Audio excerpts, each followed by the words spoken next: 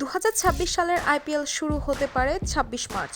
তার আগে আজ আবুধাবির এতিহাদ অ্যারেনায় অনুষ্ঠিত হচ্ছে আইপিএল মিনি নিলাম। সেখানে মোট ৩৬৯ জন ক্রিকেটারকে তোলা হবে নিলামে।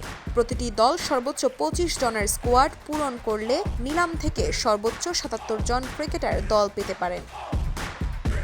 নিলামের আগে থেকে আলোচনায় ছিলেন ক্যামেরন গ্রিন। নিলামের টেবিলেও তাকে নিকে রীতিমতো যুদ্ধ করেছে একাধিক ফ্র্যাঞ্চাইজি। প্রথমে তার প্রতি আগ্রহ দেখায় কলকাতা নাইট রাইডার্স ও রাজস্থান রয়্যালস। এক পর্যায়ে সেখানে যোগ দেয় চেন্নাই সুপার কিংস।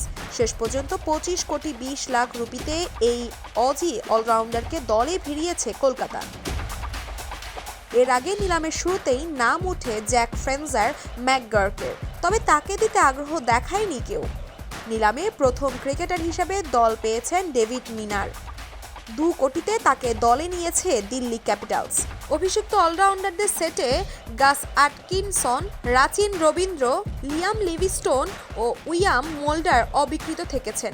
২ কোটিতে দল ভানিন্দু হাসারাঙ্গাকে দলে ফিরিয়েছে লক্ষ্য সুপার জায়ান্ট।